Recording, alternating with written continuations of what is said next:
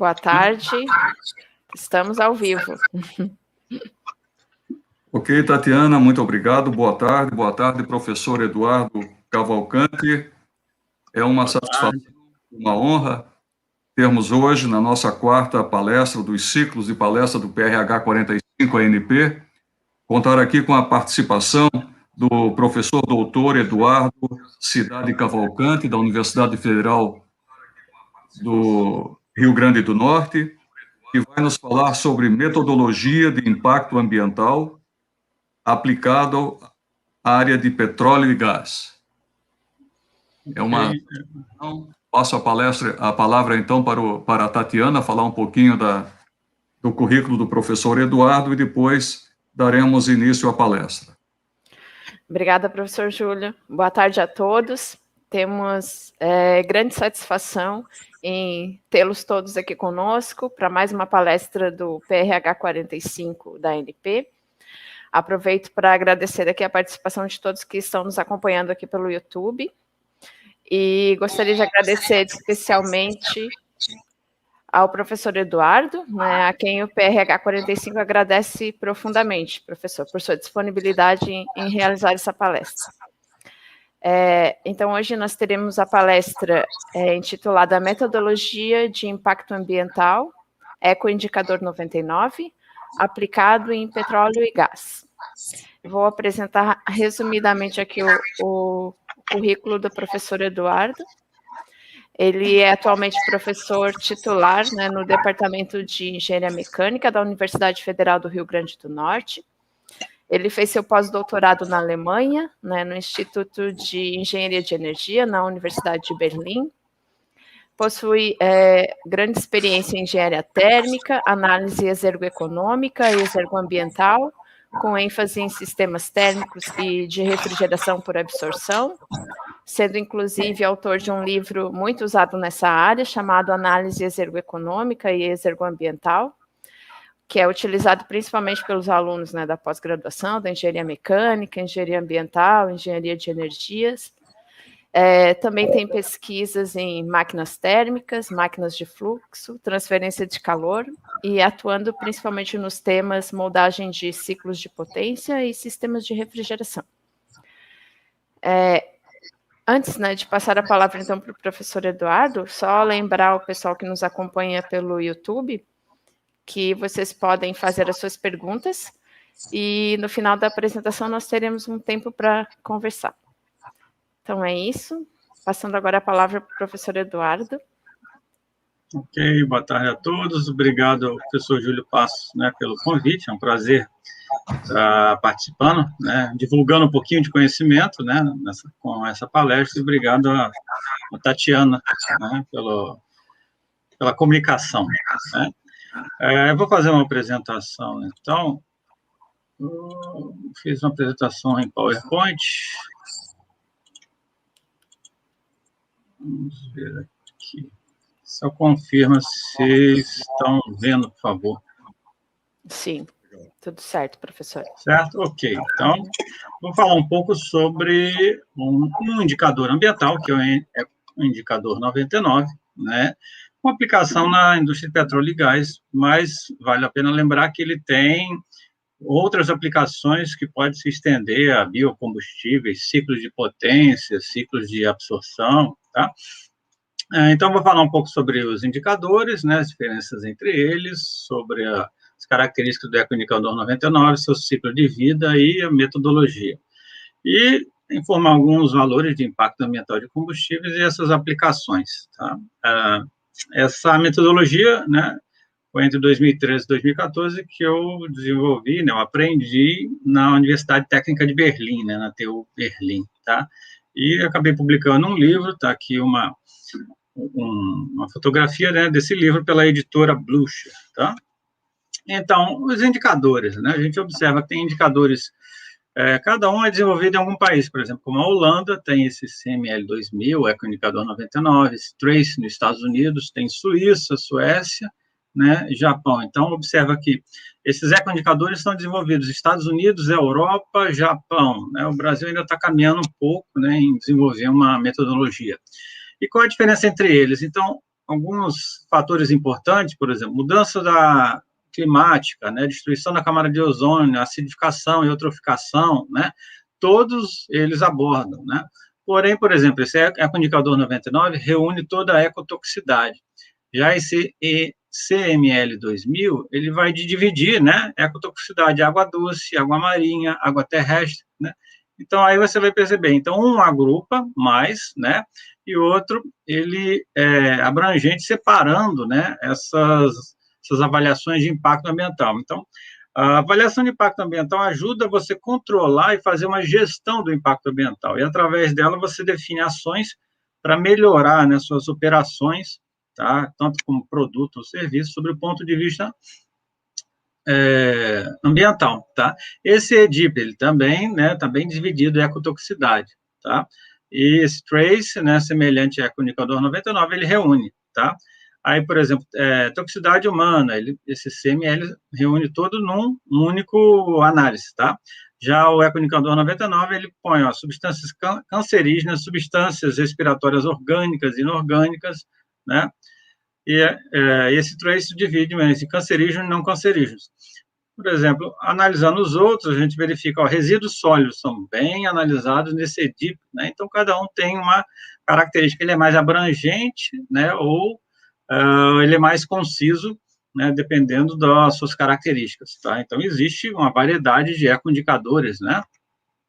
E na análise que a gente faz, é importante ter os dados, então, fazer ali um inventário. Então, nem sempre a gente tem os dados primários, porque ele é caro, né, e requer bastante tempo. Então, às vezes, utiliza-se bancos de dados secundários, né? Então, temos aqui uma variedade de bancos de dados na Holanda, Suíça, na União Europeia, né, que pode ser observado em algum software, por exemplo, esse CIMAPRO, né, é um software usado para análise de impacto ambiental, ciclo de vida, né?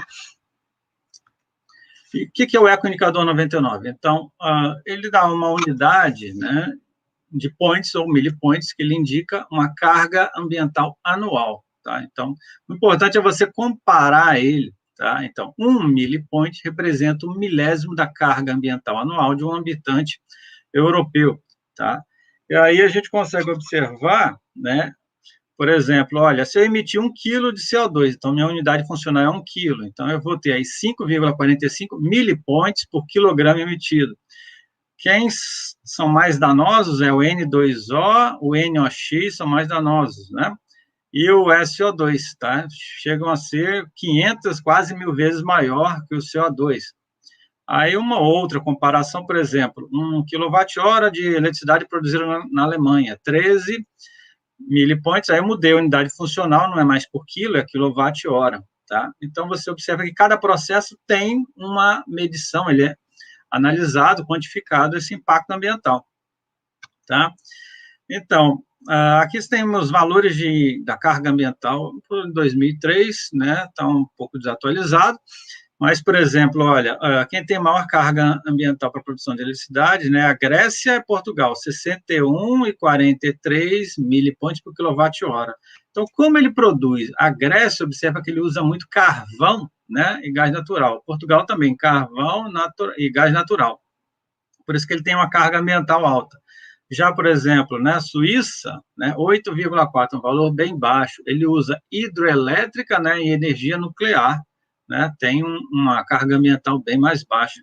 Aí vem aquela curiosidade. E no Brasil, né? Então, no Brasil, ele tem um valor intermediário, porque a gente tem uma parte hidrelétrica, outra parte, né, gás natural, e estamos aumentando um pouco as energias renováveis, mas como a gente diminui, né, cada ano está diminuindo a parcela da hidroelétrica, então a gente tem uma redução, né, a gente tem um aumento da carga, né, do impacto ambiental da produção de eletricidade, então está aumentando millipoints por quilowatt-hora, tá? Como é que é essa análise do ciclo de vida pelo ecoindicador 99? A gente tem 5 processos. Então, primeiro eu vou verificar quais os materiais usados, né? Geralmente por quilograma de material, tá? Processo produtivo que ele utilizou, né? Por exemplo, fresa, dobragem, solda, né? Torneamento, corte, tá? Então, pode ser por quilo, metro cúbico de volume ou metro cúbico ou metro quadrado desgastado, tá? Outro transporte que ocorreu para, né, transporte da matéria-prima, né, e até, por exemplo, o seu mercado consumidor, né? Ele é avaliado por toneladas e quilômetros percorridos, tá? Terceiro, né, o penúltimo aí, a energia elétrica consumida, pode ser também gás natural, esse daqui é um dos termos mais importantes, né? E, por último, é o descarte, o destino final que eu faço. Pode ser feito, por exemplo, lixo doméstico, né, resíduo municipal, incineração, aterros e a reciclagem, que tem um impacto ambiental negativo. Então, ela melhora o desempenho ambiental, essas reciclagens, né? Então, desses 5 passos, né, então, materiais, eu tenho esse manual do projetista, né, do Gudenkup, de 2000, esse daqui é abril e esse daqui é de outubro, né? Então, por exemplo, olha, ferro fundido, 240 milipontos por quilograma de ferro produzido, né? Aí eu tenho aqui um aço, tá? Aço puro, né? Outro aço aqui com 80% de aço puro e 40% de 20% de resíduo, tá? Aço de alta liga, baixa liga, né? Então, conforme eu vou tendo mais detalhado, tem materiais específicos como cromo, né, níquel, ele vai ter um impacto ambiental maior, porque eu tenho que produzir esse material, né? Então, isso aí, existem outras tabelas para plásticos, borrachas, produtos químicos, tá? Aí, a segunda análise, eu posso, por exemplo, dobrar o alumínio, né? Usar um rolo de prensa fria, tá? Extrusão, né, de alumínio. Aí, eu tenho fresa, torneamento, furação, ok? Aí, por exemplo, para cada metro cúbico, né, removido, né, vai dar um litro, né, eu tenho um impacto ambiental de 800. É interessante observar que eu tenho um impacto ambiental significativo, né, aqui nas soldas, ó, tá? 4.000 milipontos por quilo de solda que eu adicionei, né, mesmo tendo valores pequenos, né, a solda começa a ser significativa, tá? E transporte, eu vou transportar por caminhão de 16, 18 toneladas, né, navios, ok? Navios tanques, transportes aéreos. Então, lendo, vai entender bem, né? Que, então, por exemplo, se eu vou transportar para um Boeing 737 ou 747, 62% da carga. Então, para cada tonelada e quilômetro, né, percorrido, eu tenho um valor de 120, tá? Então, essa é a terceira análise. A quarta, né? Então, energia que eu vou consumir para o meu processo. Tá? Então, se eu estou usando aí briquettes, tá? Gás natural, um óleo, tá? Queimando madeira, então, para cada megajoule de energia produzida, né, então, eu tenho esse impacto ambiental, 4,6, 5,4, né? Então, isso é uma análise de inventário. Energia solar, eu tenho uma carga ambiental para produzir, né, meus painéis solares, tá? Ou eletricidade, por exemplo, se na Europa, alta voltagem, média voltagem ou baixa voltagem, né? E, por último, né, o destino final, que pode ser um descarte, por exemplo, a reciclagem do polietileno. Observa que ele tem um valor total de menos 240. Para o processo de reciclagem, ele gera um impacto ambiental de 86, porém, ele evita menos 330. Então, o valor global líquido é esse daqui, ó, menos 240. Então, polietileno, polipropileno, PVC, né, papelão, vidro, alumínio, né, assim por diante, tá? Observa que ele tem um valor negativo. E, por exemplo, incineração, né, polietileno, aterro sanitário, aterro municipal. Então, aterro municipal, qual é a diferença dele no aterro sanitário? Na Europa, né, 22% é incinerado, 78% é aterro, tá? E o lixo doméstico aí de papel, cartolina, vidro, tá? Ele tem sempre uma explicação, né, para cada situação, ok? Então, isso tudo são tabelas, né, que existem, tá? No livro do Gudenkup, tá? Aqui é um exemplo que esse Gudenkup, de 2000, se olhar na internet você acha ele, né? Então, esse manual do projetista, ele dá um exemplo bem interessante, que eu tenho uma cafeteira, né? Café é sempre bom, gosto de café. Então, se eu tenho café, vou transportar ele, processar. Aí, vou usar, né, o filtro de papel, né? Tem que produzir esse filtro.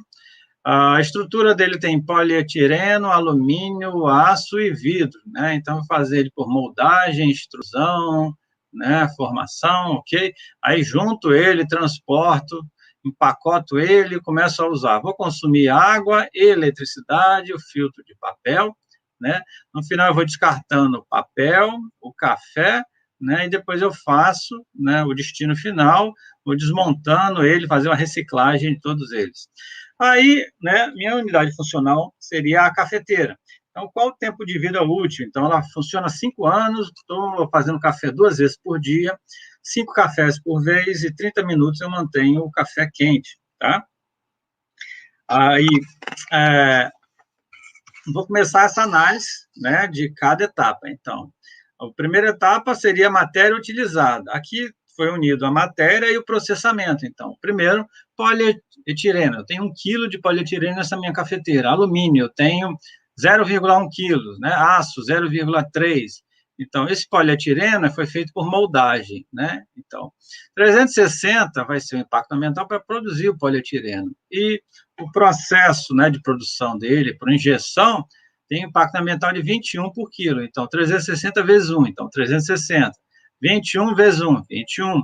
Agora, o alumínio, 0,1. Né? Para produzir o alumínio, eu tenho impacto ambiental de 780 milipoints por quilo. Então, 780 vezes 0,1, dá 78. A extrusão desse alumínio, 72 vezes 0,1, 7. Né? Aí o aço, né? O aço ele desprezou o processo, né, de conformação dele, tá? O vidro também vai fazer ele por formação, né, queimando um gás natural, né? Então, fazendo essas multiplicações da massa e pelo impacto ambiental para a produção e no processo dele, eu vou ter todo esse valor aí no final, 538, certo? Aí, né, ele descarta a terceira etapa do transporte e vai para uso. Então, eu vou usar energia elétrica durante os 5 anos, né, funcionando 5 vezes por semana, né, 2 vezes por dia. Ele consumiu aí 30 minutos ligado, 376 kWh nessa vida útil. Então, o impacto ambiental da eletricidade, né, da Alemanha é 37, não, era 13, no caso ele pegou algum indicador que é 37, né, multiplica 37 vezes 375 kWh, vai dar 3.000. O papel, então, para produzir o papel, o impacto ambiental por quilo, né, é 96. No caso, ele considera cada filtro de papel tem 2 gramas, tá? Então, 7,3 quilos vezes 96, 706. Observa que o maior impacto ambiental foi o uso, a energia, né, utilizada aí, tá? E depois o descarte, né, o poliestireno, ele tem um indicador, né, para termo municipal, né, de 2, tá? Já o material ferroso, ele tem um indicador negativo, ele reduz o impacto ambiental, já para o vidro também negativo, né, e o lixo municipal do papel, né, ele tem um impacto ambiental positivo. Então, vai ter aí um valor no final de 2. Então, somando 536, 14.002, vai dar 15.000. Observa que o uso da energia é o mais importante, né? Energia pode ser também meus insumos, o que eu entrei, por exemplo, gás natural, tá? Então, é importante eu estar atento com esses valores aí, tá? Aí, essa metodologia, primeiro eu fiz uma análise de inventário, dando exemplo daquela cafeteira, tá? Então, eu vou verificar, né, a mineração, tá? Transporte, tudo isso tem emissões, uso da terra, extração de combustíveis ou de minerais, tá? Qual é o efeito dele? Então, eu estou diminuindo, por exemplo, efeito na camada de ozônio, eu estou reduzindo, né, concentração daquele mineral para futuras extrações, fazendo uma agressão a espécies, tá? Estou diminuindo, por exemplo, a ocorrência daquela espécie sobreviver, fauna, flora, gerando mudanças climáticas. Então, esses efeitos, ele tem mais ou menos 11 a 13 efeitos, né, que eles são distribuídos, tá? E eu vou fazendo essa classificação desses efeitos. Então, existem alguns indicadores ambientais que eles trabalham com esses efeitos, chamados midpoints. Aí, como eu tenho uma variedade de unidades, né, eu vou classificar ele, né, em danos. Então, o ecoindicador trabalha com 3 tipos de danos: danos às fontes, né, dano ao ecossistema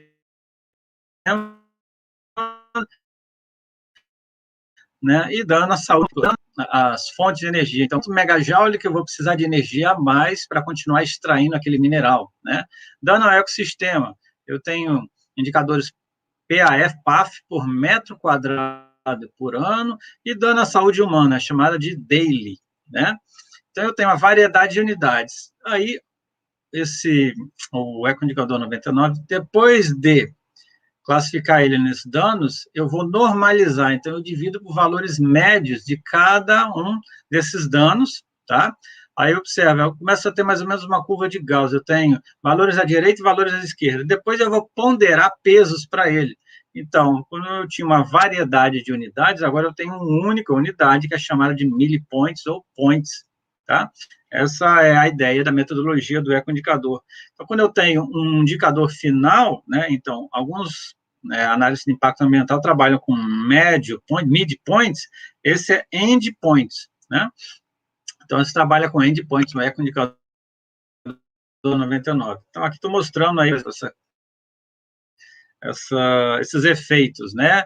Substâncias cancerígenas, efeitos danosos a substâncias respiratórias inorgânicas, orgânicas, então são danos à saúde humana, né? Então, as unidades dele, daily, depois, danos ao ecossistema, é PAF, esse PAF, ó, aqui, fração, né, afetada potencialmente, ou ele pode ser também PDF, né, que é a fração de desaparecimento potencial, tá? E os danos aos recursos seria adicional de energia para continuar extraindo aquele minério ou aquele recurso fóssil, tá? Então, daqui, né, você vai normatizar e ponderar, tá? Uma observação, né, que existe vários tipos de normatização e ponderação. Basicamente, temos 5 aí, então, hierárquico, igualitário, individualista, fatalista e autônomo, né? O mais usado em pesquisas científicas é essa visão aqui hierárquica, que ela vai verificar, né, quais os pesos de cada parâmetro. E é o mais utilizado em pesquisas científicas, também é utilizado em análise do IPCC, aqueles painéis, aquecimento global, IPCC. Então, ele é um bom exemplo que é utilizado, né, essa visão, né, hierárquica, tá? Então, trabalhos científicos são orientados a trabalhar com essa visão hierárquica aqui. O que vai mudar? Vai mudar a normatização e ponderação. Então, eu vou dar um exemplo aqui. Se eu tenho níquel, né, gasoso, estou poluindo o ar, então eu tenho um valor aqui, né, de 2,35, né, no caso, points, que ele vai estar emitindo por quilograma de níquel, ok? Agora, esse níquel, né, se eu normatizar, né, dano à saúde humana, então eu vou dividir por esse valor médio aqui, eu vou ter essa segunda coluna aqui, o níquel, né? E se eu ponderar, então, o dano à saúde humana tem peso 2, dano ao ecossistema tem peso 2, e dano às fontes tem peso 1. Então, eu multiplico por 400, eu vou ter essa outra coluna, tá? Então, de millipoints, né, de daily, né, eu vou passar ele para adimensional, quando eu normalizo, né, e depois eu transformo ele em millipoints aqui, tá? Então, essa é a ideia, né? Então, se eu mudasse, em vez de hierárquico, botar individualista, então eu mudo essas normatizações e ponderações, tá? Isso porque é um indicador ambiental que trabalha com endpoint. Então, aqui um exemplo foi um trabalho desenvolvido na Índia, que ele verificou o impacto ambiental e comparou com 2 tipos de indicadores. Eu achei interessante, né? E verifiquei, olha, eu tenho emissão na extração do gás natural, no tratamento, né? Na transmissão e no uso dele, tá? Então, eu peguei todos esses valores aqui do ecoindicador 99, né? Daily por quilowatt-hora, unidade funcional quilowatt-hora produzido, né? Então, aquecimento global e mudanças climáticas, tá? Danos à acidificação e eutroficação, ao meio ambiente. Então, PDF, metro quadrado ano por quilowatt-hora, tá? Usando a eficiência, eu transformei de quilowatt-hora para quilograma de combustível, né?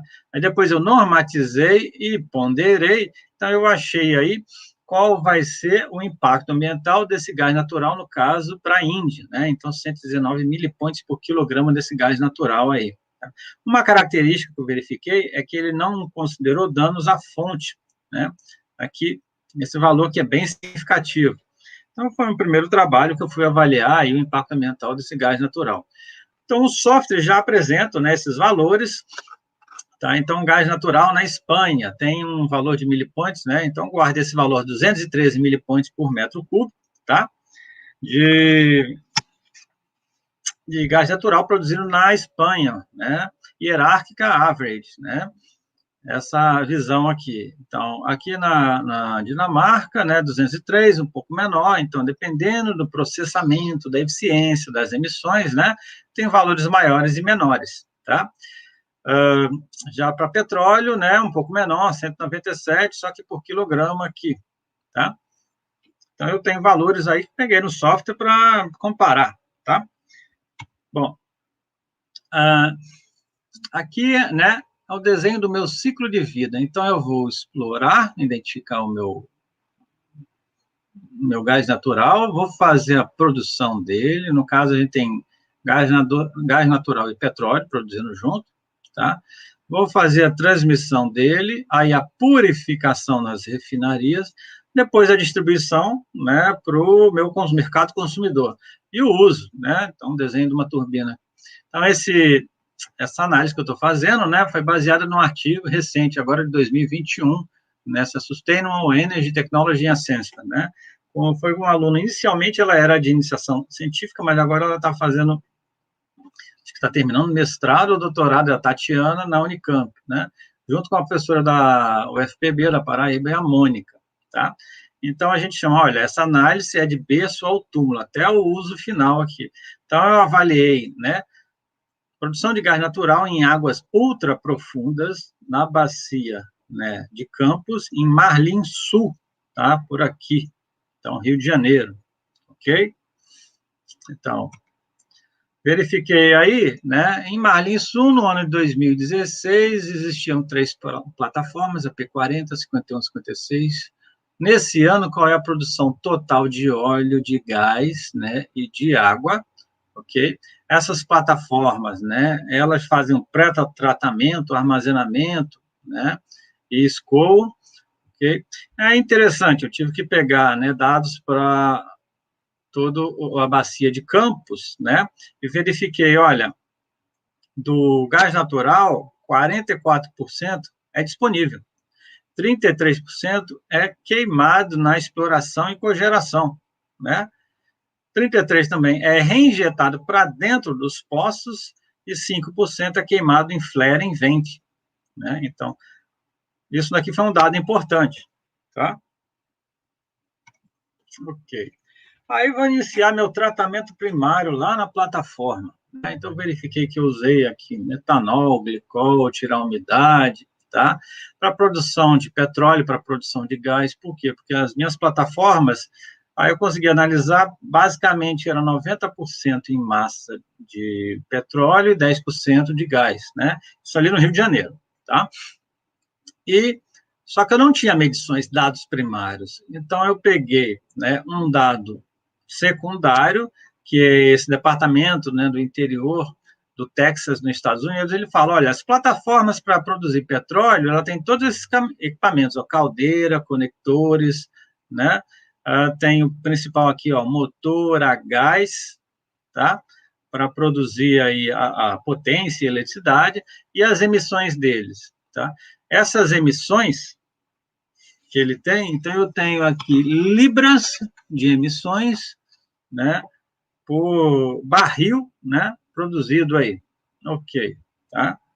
Aí, eu não tinha essas medições, mas usando esses dados, olha, eu tenho aí quantos barris eu produzi, né, qual vai ser as minhas emissões. Com as emissões, eu já tinha, no caso, meus gases exaustão, eu assumi a mesma composição química, né, do gás natural offshore no Rio de Janeiro, né, e verifiquei qual é, né, a minha massa de gás natural queimada, tá? E tinha que bater com aquele valor, né, de 33% na exploração, tá? Só que isso daí é para o petróleo, tinha outro aqui para produção de gás, eu tinha outros equipamentos, né, nessas plataformas, tá? Como flare, tá? Então, importante, motores a gás, turbinas a gás, vento, né? Obviamente que não ia bater. O que aconteceu, né? Como esses dados são para plataformas que não são tão profundas e até em terra, tá? Eu tive que fazer um ajuste para bater aqueles 33%, né, de gás natural consumido. Eu aumentei 14% meu motor a gás, minhas turbinas a gás, tá? E aí bateu aquele valor. O que aconteceu? A minha ideia era, se eu estou trabalhando numa água ultra profunda, eu vou ter que gastar mais energia para a perfuração, para o bombeamento, né? Então, consegui, através dos dados secundários, ter um valor próximo aí, tá? Existe uma tese de doutorado, né, da UFRN, que fez medições da água nas suas plataformas, tá? Aí eu verifiquei as plataformas no Rio de Janeiro, né, assumi essas concentrações que ela mediu, tá? E verifiquei que o impacto ambiental não era, né, tão significativo aí da água, né? Certo. Aí, na produção de petróleo, ele gera uma certa borra, aí a quantidade de borra produzida. Então, eu verifiquei dados, né, na produção de petróleo, a quantidade de borra deu em torno aqui de 1,7, bem parecido aqui da borra produzida na Califórnia, tá? Aí, essa borra era transportada, tá, por navio, depois por caminhão, até incineração e depois incinerada. Então, eu fazia transporte aí de 8 vezes no mês, né? Ele era transportado a uma distância de 125 quilômetros, marítimo, depois 100 quilômetros terrestres, tá? Observa que eu precisava da massa da borra e o quilômetro percorrido. Lembrando, quilômetro tem ida e tem volta. Então, é interessante esse impacto ambiental que o EcoInvent considera, ele considera até metais. Por quê? Porque o pneu girando, ele começa a emitir esses metais com o desgaste do pneu, né? Então, ele procura ser bem preciso, né, nesse EcoInvent, tá? E aí, né, eu tenho por essa produção primária, né, esse tratamento primário do petróleo na plataforma, né, em Marlim Sul, né, eu tenho aí quanto de emissões de carcinogênicos, né, de efeitos, substâncias respiratórias orgânicas e inorgânicas, tá? Mais significativo é o uso, né, das fósseis, né, recursos fósseis, que é o próprio gás natural. Então, eu fiz uma ponderação nesse processamento primário, considerando, olha, 90% é para petróleo, né, e 10% para o gás natural. Já a barca, né, para transportar a borra, depois de transporte terrestre, a incineração, eu peguei essa carga, coloquei toda ela na carga ambiental do petróleo, certo? Então, eu fiquei com parte, né, desse processamento aqui, né, primário, tá? Aí eu tenho aqui valores que eu começo a ter uma ideia, né? Então, ó, uso de recursos, 35%, começa a ter valores significativos. Efeitos respiratórios no processamento primário, 37% aqui, tá? São os mais significativos, respiratórios e inorgânicos, tá? Então, eu começo a ter esses valores aí, tá? Em millipoints, e minha unidade funcional é quilograma de gás que produziu no final útil, que saiu para o uso, tá? E depois vou para o transporte. Então, considerei dutos, então pesquisei algumas dissertações, né, e gráficos, então, dutos com seus diâmetros, tá? Então, de Marlim Sul, né, para P40, P56, P51, reunia para P40, depois mandava para esses dutos aqui, né, para Campos.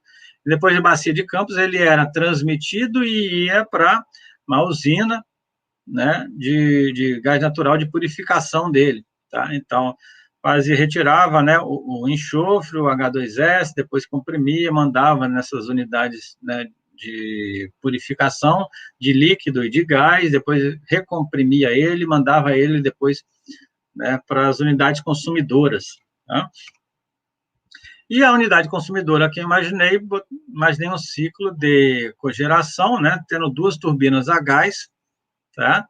Então, eu tenho uma turbina a gás, onde eu gero depois o vapor, os gases de combustão, e esse vapor, né, eu estou acionando aí uma turbina a vapor. Então, eu gero potência elétrica na primeira turbina, na segunda turbina, que estaria paralela a essa, e nessa turbina a vapor aqui, tá? Então, em torno de 400 megawatts aí esse ciclo, tá? Esse ciclo, ele é um ciclo real do Rio Grande do Norte, tá? Mas foi só uma idealização de como eu poderia consumir e gerar eletricidade, né? Usando esse gás natural que veio da plataforma, tá?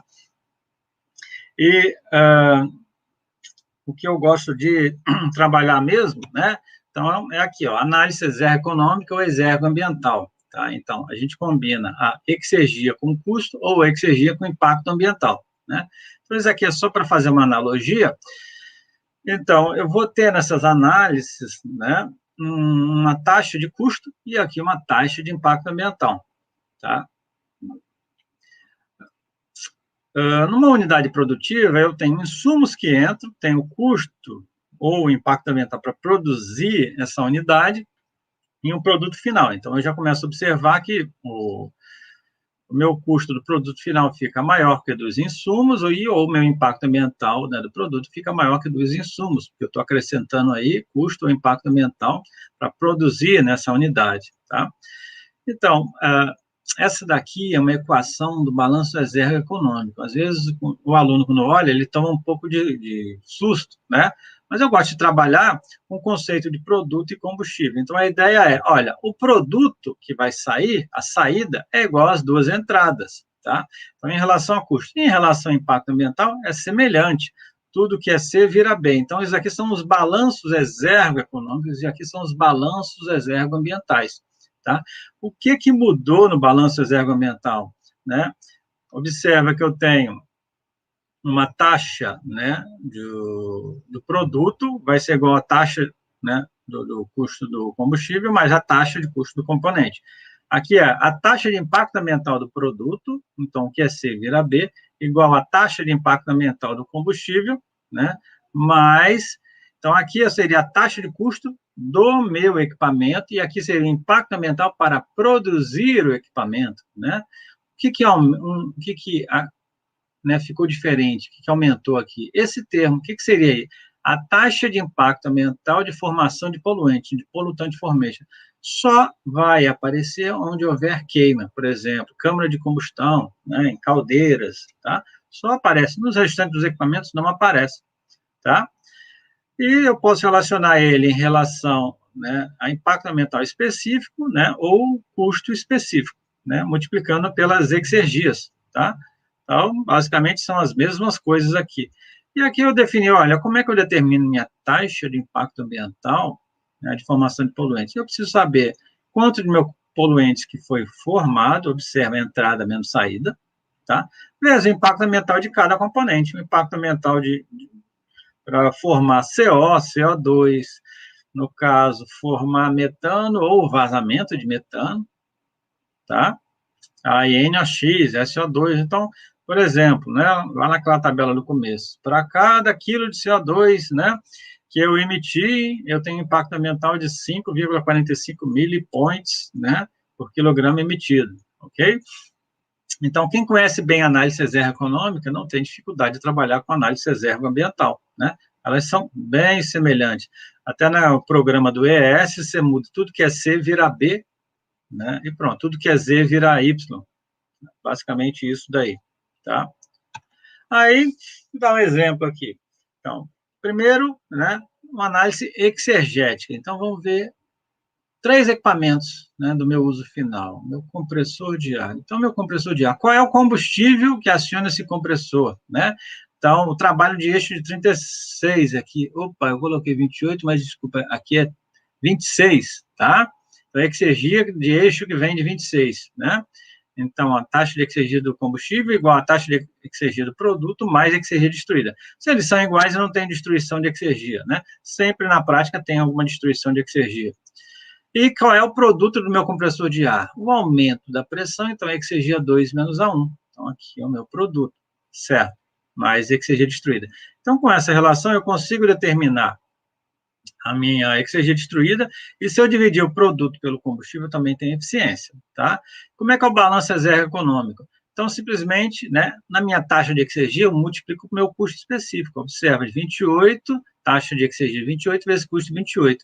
Mais o Z aumentou, então está entrando, né, o meu custo do equipamento mais o do produto aqui, então não tem mais uma exegeia destruída. Quem é o produto? Taxa de exegeia 2 menos A1, então taxa de exegeia 2 vezes custo específico 2, menos taxa de exegeia 1 vezes custo específico 1, tá? Pronto, meu balanço reserva econômico. Como é que fica o balanço reserva ambiental, né? Em vez de taxa, né, de custo, ou esse custo específico, desculpa, eu vou ter um impacto ambiental específico. Em vez de taxa de custo do componente, impacto ambiental para produzir o componente. Z vira Y. O restante, o C vira B, né? Exatamente igual. Aí, toda vez, né, que eu tenho aqui, no caso, eu observo, olha, quem é, né, o meu fuel, né?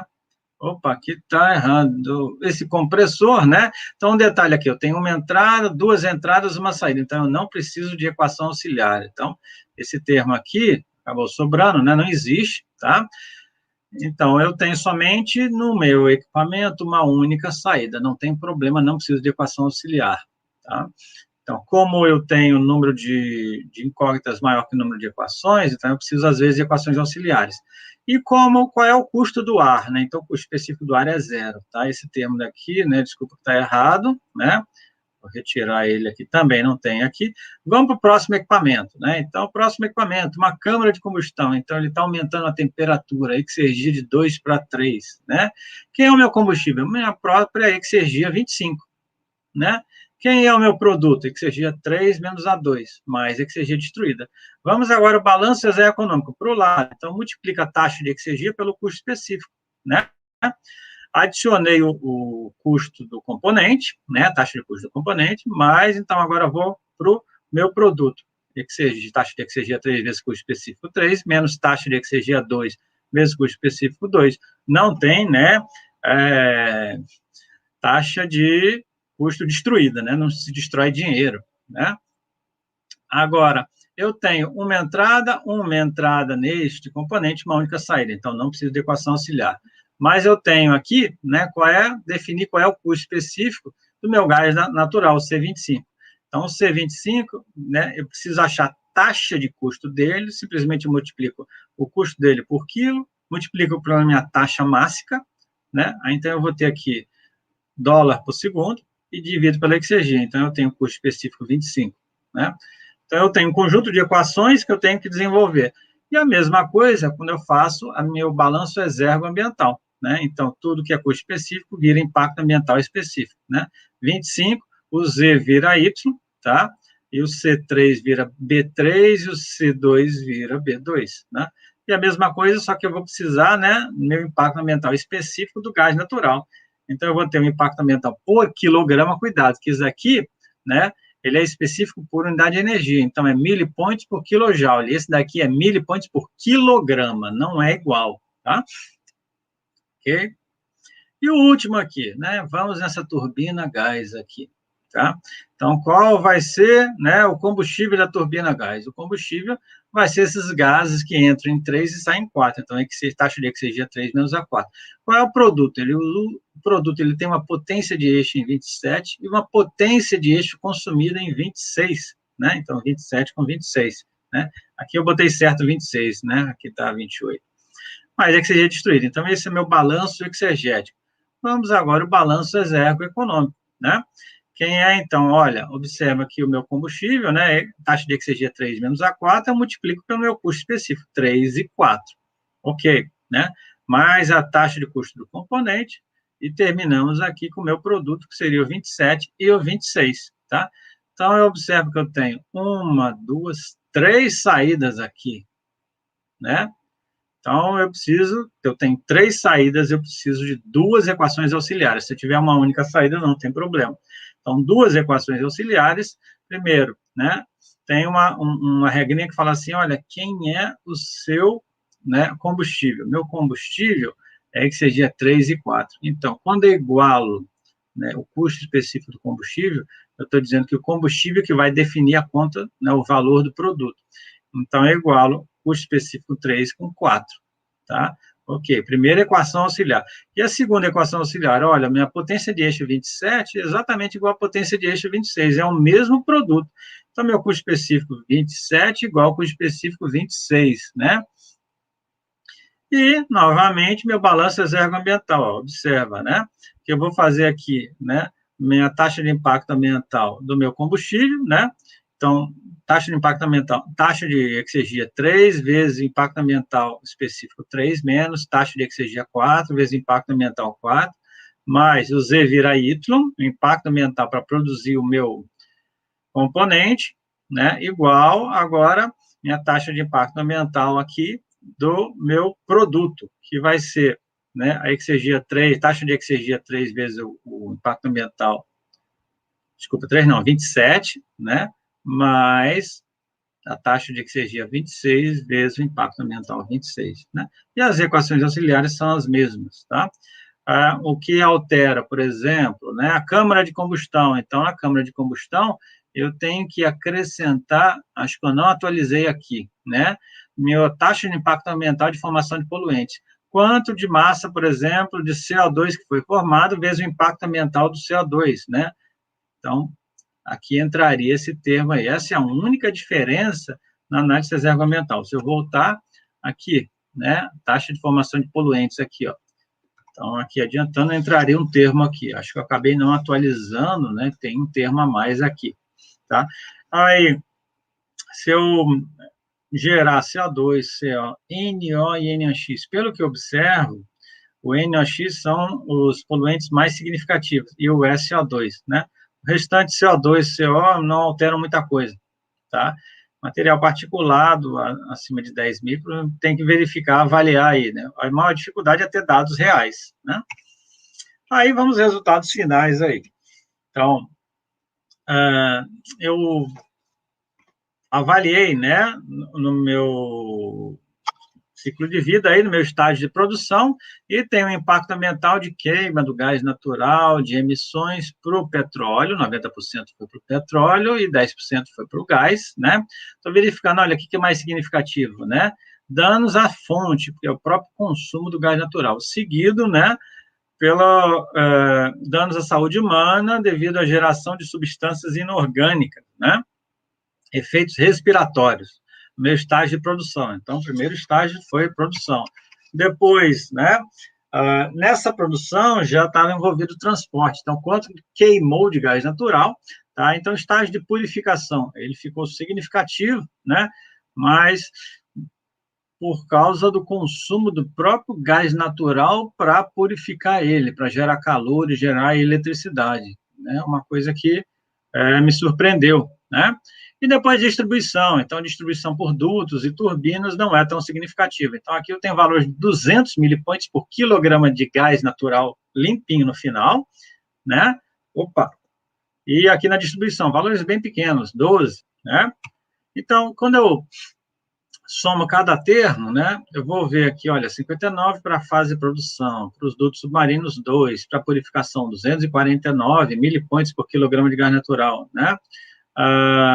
Os tubos da refinaria, depois para a distribuição, os dutos até os centros comerciais. Observa que o estágio de purificação, né, por consumir muito gás natural, né, ele tem uma maior taxa de impacto ambiental nesse processo, né?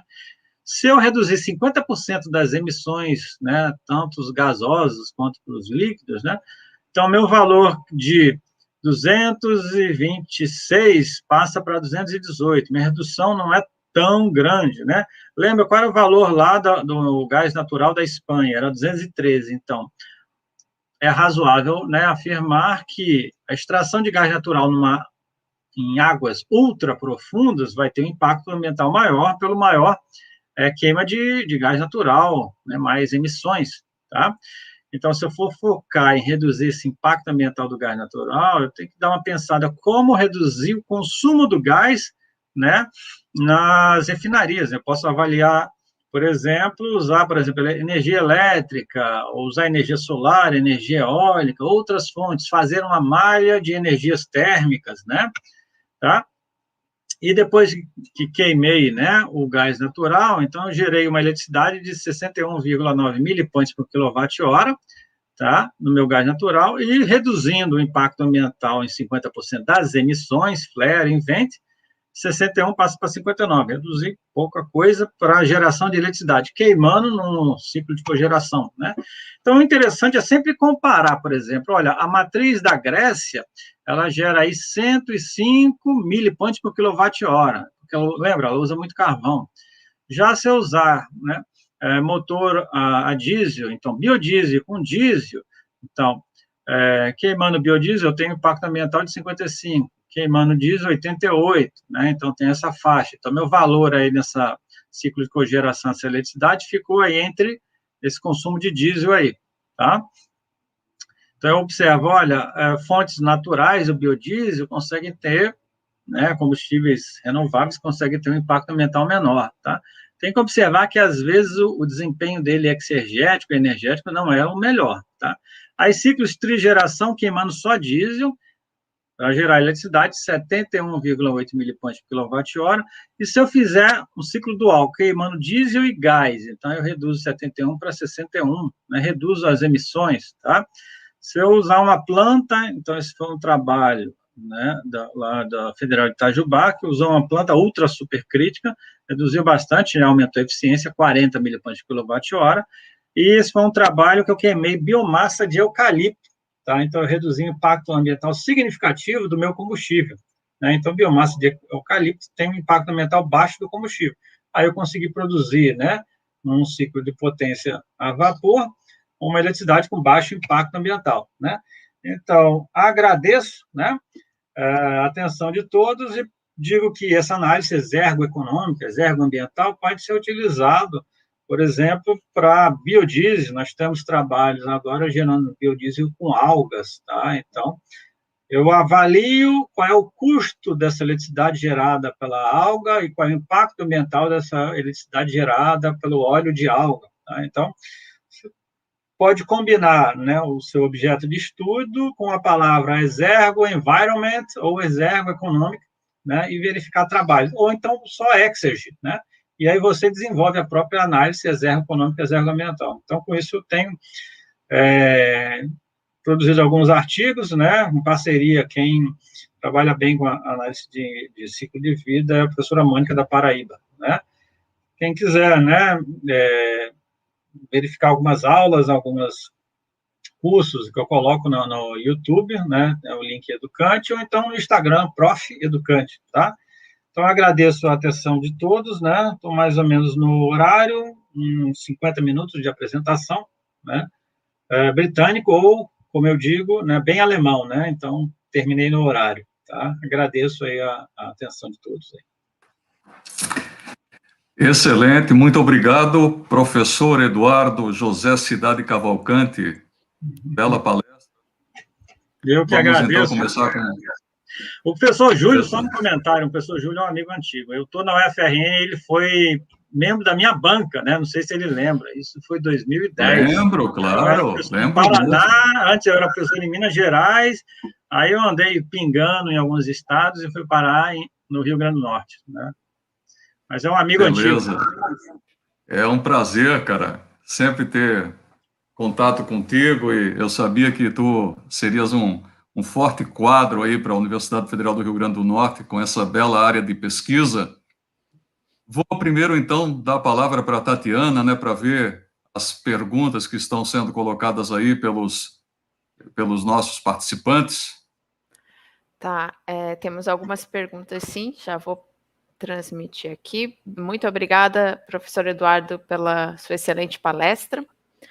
Vou colocar aqui uma pergunta, são duas, na verdade, do Paulo Gabriel. Vou mostrar que vai aparecer na tela. Uhum. Uma análise de risco. Interessante, temos outros... Por exemplo, impacto ambiental no vazamento acidental de substâncias químicas, certo? Eu entendo que a análise, tanto exergo-econômica ou exergo-ambiental, ela vai querer te informar um custo de algum produto ou impacto ambiental de algum produto. A primeira foi verificar a análise de risco. Então, se você conseguir algum indicador de risco, né, você vai poder combinar, fazer um balanço de risco.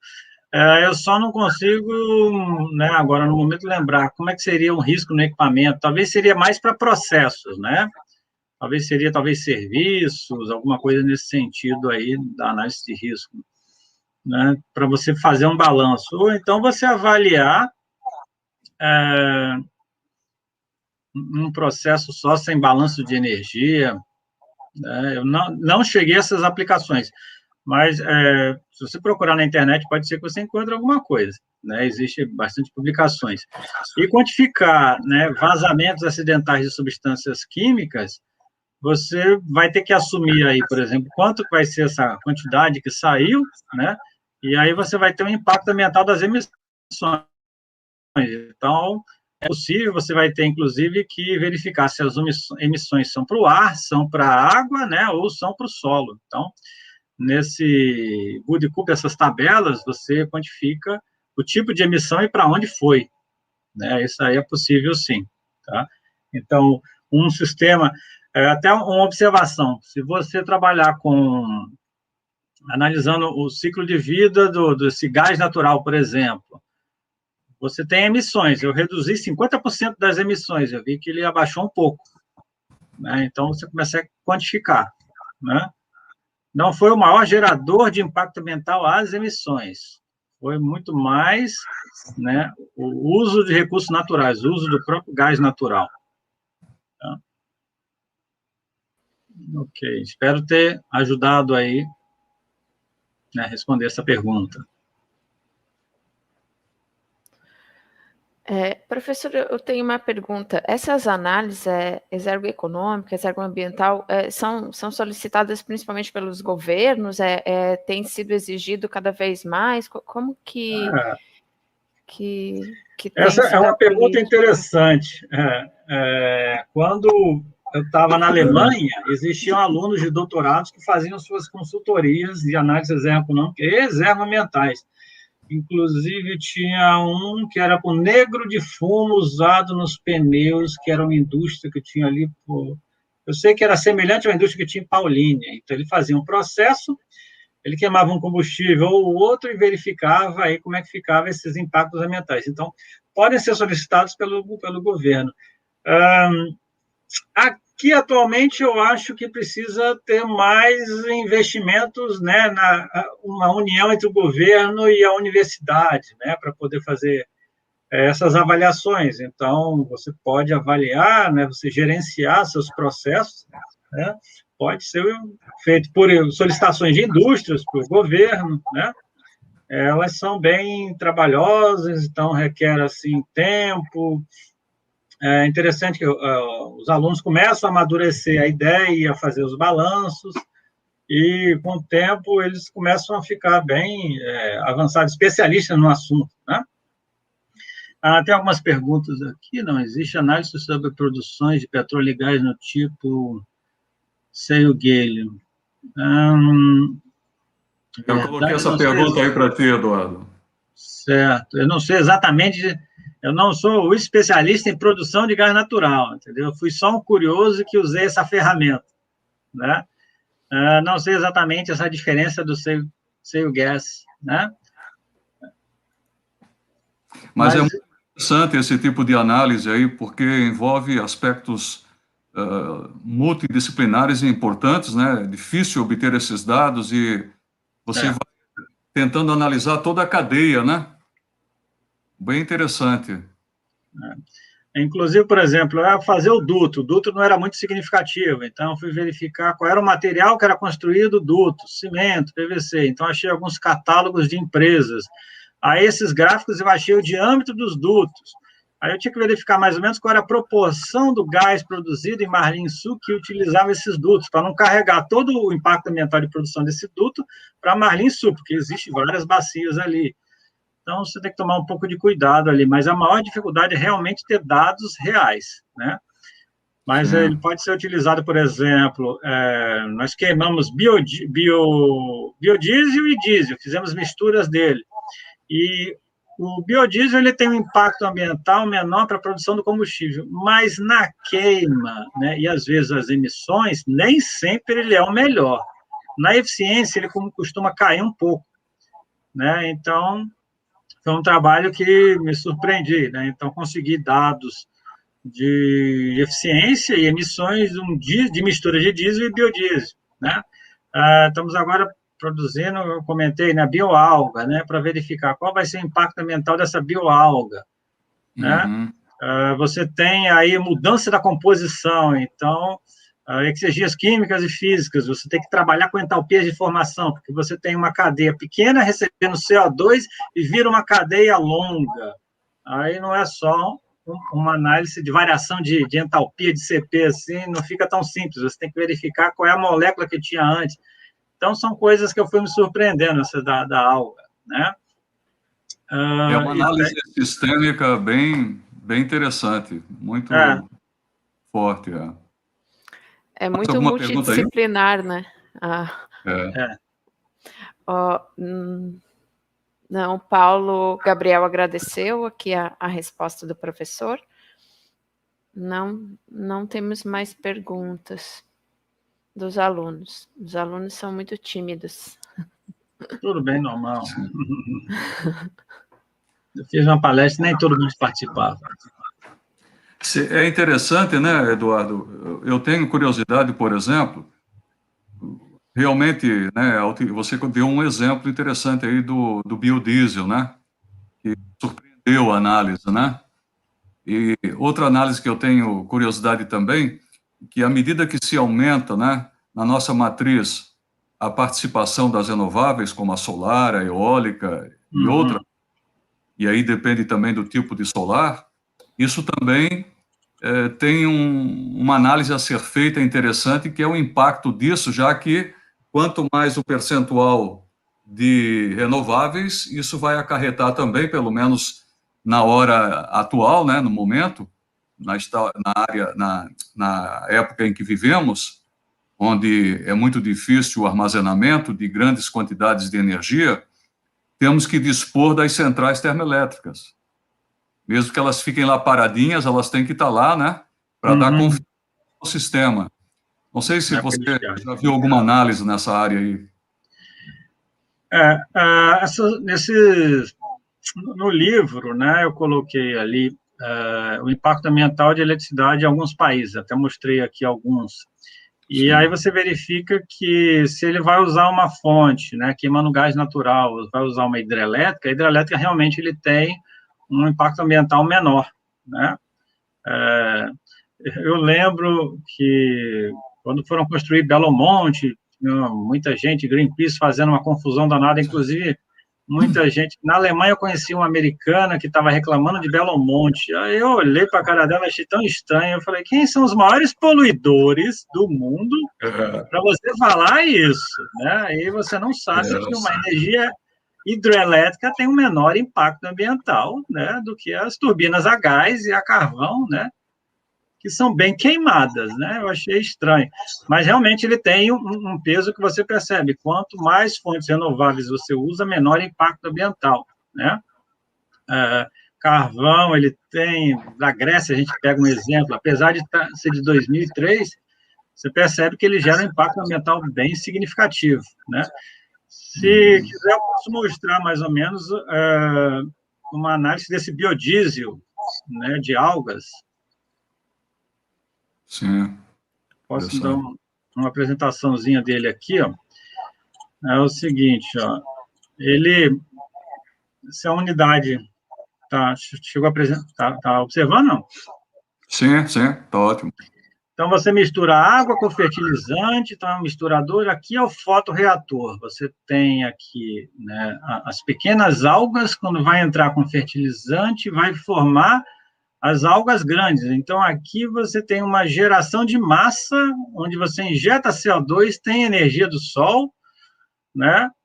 E aí depois, né, vai fazer uma centrífuga, vai secar essa alga, aí vai fazer uma extração do óleo da alga, vai sair o óleo da alga aqui embaixo, tá? Extração é feita com metanol, tá? Então, metanol tem que tomar cuidado, porque ele, se inalado, ele pode cegar, né? Aí esse óleo da alga é bombeado e o reator. Então, você vai ter, né, algas, né, cadeias longas que faz uma reação química, né, com o metanol, tá? Com um catalisador, e aqui vai sair o metanol, o biodiesel, né, água, né, e glicerina, que é um subproduto, né? Então, o tamanho da confusão. Então, você tem uma formação de substâncias novas, cadeias longas, aqui uma reação química, né? Então, tem que ter conhecimento aí das entalpias de formação, aí começa a separação, a lavagem, a separação, desse lado aqui vai sair o biodiesel, tá? Você vai centrifugar e secar, e aqui você vai fazer a separação do metanol da glicerina, né? Através de colunas de destilação. Então, foi uma análise que eu achei que era até bem simples, né? Vamos tentar avaliar aí, depois queimar esse biodiesel e verificar o impacto ambiental dele. Isso aqui é algas, mas existe outras maneiras de produzir biodiesel, né? Como milho, soja, né? Então, foi um exemplo, que me surpreendeu aí. Onde é que eu paro a apresentação aqui? Isso, pronto. Então, foi a última novidade que a gente está desenvolvendo aí no laboratório, né? Por curiosidade. Parece que na UFRN eles têm tanques para produzir, são os races, para produzir essa bioalga, e eram queimados, testados na Universidade de Viçosa, em Minas Gerais, né? Então, essa análise você pode aplicar, né? Tem muitas aplicações, né? Não são limitadas as aplicações dela. Toda vez que eu olho na internet, vou olhar artigos, eu consigo ver uma variedade grande de aplicações. Beleza. Ótimo. Muito bom, Eduardo. Gostei muito da sua apresentação, uma análise bem interessante. Quem estiver interessado aí, vale a pena ler o livro do professor Eduardo, que inclusive é baratinho, né, pela Blischer. Consegui comprar uns 3 ou 4 volumes que estão aí. Eu percebi que ninguém fica rico produzindo livro, né? Pois é um preço bem... E uma coisa boa é que não tem lero-lero, é bem direto, bem enxuto o livro dele. Eu fico disponível se alguém quiser fazer alguma pergunta, né? Meu e-mail educante@gmail.com, eu coloquei no final ali, né? E as aplicações são bem interessantes, né? Tem uma perguntinha aqui, professor. Vou colocar aqui na tela. Certo. Centrais nucleares possuem baixo impacto ambiental. Isso, né? Eu acredito que em 2003, onde eu peguei essas tabelas, não houve aquele problema de Fukushima, né? Mas, tirando que foi um dos maiores desastres da usina nuclear, mas a usina nuclear sem vazamento, ela tem um baixo impacto ambiental, né? Acho que ela não alterou a sua avaliação de impacto ambiental. Mas, se houver um vazamento, realmente é um ponto fora da curva, né? Ela não é para funcionar como vazamento. Eu até diria que se um ciclo de turbina a gás, né, tiver vazamento, ele vai explodir. Não tem que, né? Não é para funcionar com vazamento. Então, eu acho que são situações fora do projetado e são pontos fora da curva, mas as unidades nucleares, a princípio, são consideradas de baixo impacto ambiental. Eu não sei em detalhes qual é o destino final que eles fazem com o resíduo, né? Se vão botar em tanques e botar no oceano, enterrar, né? Isso daí realmente seria uma pergunta interessante, né? Quem analisa ciclos de vida pode ter uma resposta mais precisa, mas realmente, inclusive os dados de 2003, então não houve o desastre de Fukushima, foi 2009, acho que alguma coisa assim. Foi 2011, eu acho, né? 2011, Eu, inclusive, estive no Havaí, numa conferência, nesse dia aí. Foi. Era uma conferência americana e o que acontece é o passivo, né, que você deixa, entrega para as gerações futuras, né? Porque, como você falou, esses rejeitos são colocados, eles estão vendo aí como uma boa solução, e é hoje feito lá na França, né? Colocar em invólucros de vidro, né? Fundido e enterrar em cavernas profundas. Então, realmente, esse passivo que a gente deixa é igual, por exemplo, o gás do shale gas, por exemplo, o petróleo. Depois que ele está pronto, os danos são menores. O problema é que deixa lagoas e lagoas com mais de 600. Um aluno meu fez na disciplina de energias renováveis, fez um trabalho mostrando que existem mais de 600 componentes químicos na água para fazer essa extração e tudo mais. Então, problema sério, né? É isso aí. Prejudica bastante a qualidade da água, né? Vai ter que fazer um tratamento mais oneroso, sim, mais detalhado para retirar metais pesados, realmente. É interessante sim, essa comparação de análise de impacto ambiental. Esses poços lá são de duração de 2 anos, então vai muito rápido para outros, né? Outros furos que vão fazendo, são muito rápidos. E deixa aquele passivo daquela lagoa que eu não sei quanto tempo leva para que ela processe e faça o tratamento, né, de toda aquela água com todos aqueles produtos que são injetados. Uhum. Esse é o grande problema, né? A mesma coisa as hidrelétricas brasileiras ou as hidrelétricas em geral. É realmente a geração mais limpa, mas existe aquele passivo, né, de você inundar grandes áreas, ou fazer com que populações sejam obrigadas deslocadas. A deslocar. Então, a gente nunca vê isso, né, com muita clareza. Em Minas Gerais tinham muito, eu lembro quando eu trabalhei numa universidade de Minas Gerais, tinha muitos locais que foram deslocados, né? Não eram grandes hidrelétricas, até eram pequenas e médias, mas é interessante que eles pegavam uma cidade, deslocavam a cidade inteira, parece que faziam uma réplica dela em outro local, né? E deslocavam a população, né? Mas sempre tinha um impacto, por exemplo, na fauna e flora que vivia num local e você começa a inundar, né? Tem realmente... Brumadinho, né, que foi a grande tragédia. Aquele passivo deixado e que desmorona. Aqui também, na Joaquina, né? Não, na Joaquina, foi lá na Lagoa. Na Lagoa, Na Lagoa, aconteceu também. Isso. Sim, desmoronou a parede de uma lagoa de contenção e inundou ali, e poluiu. Não sei, destruiu 20 e poucas casas, né? Algumas que estão até hoje sem teto. Casas boas que foram... Tatiana, Oi, professor. Como é que temos mais alguma pergunta? Se não, vamos fechar, então. Desculpa, não ouvi, acho que deu uma travadinha. Não temos mais perguntas, é isso mesmo. Então, agradeço a participação de todos, em especial ao professor Eduardo Cidade Cavalcante, que nos brindou com essa bela apresentação. Ok? Foi um prazer, uma honra tê-lo aqui, Eduardo, sempre com a sua maneira didática e bastante interessante, combinando aí termodinâmica, análise exegética, análise ambiental, coisas que estão em evolução, né? E que certamente terão um papel mais importante, cada vez mais importante nesse mundo que temos aí pela frente. Obrigado, tudo de bom.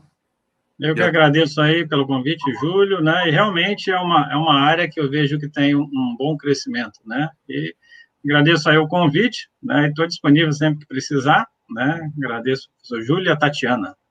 Obrigada, professor Eduardo. Eu também quero agradecer a nossa pesquisadora visitante, a Tatiana Brendo, que tem possibilitado, né, que esses encontros aconteçam, sempre muito bem organizados.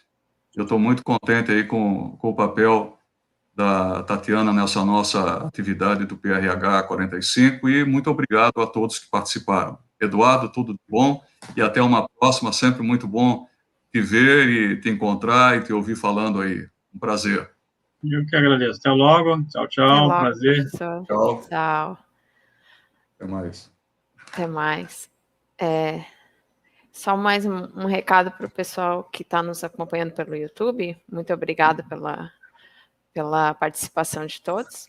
E no próximo dia 26 de maio, nós temos prevista uma palestra com agora o doutor Eduardo Torres, né, também Eduardo, mas é o coordenador do PRH-NP. Então, espero vocês até lá. Boa tarde a todos. E é isso aí. Valeu, Tatiana. Tudo de bom. Valeu, professor.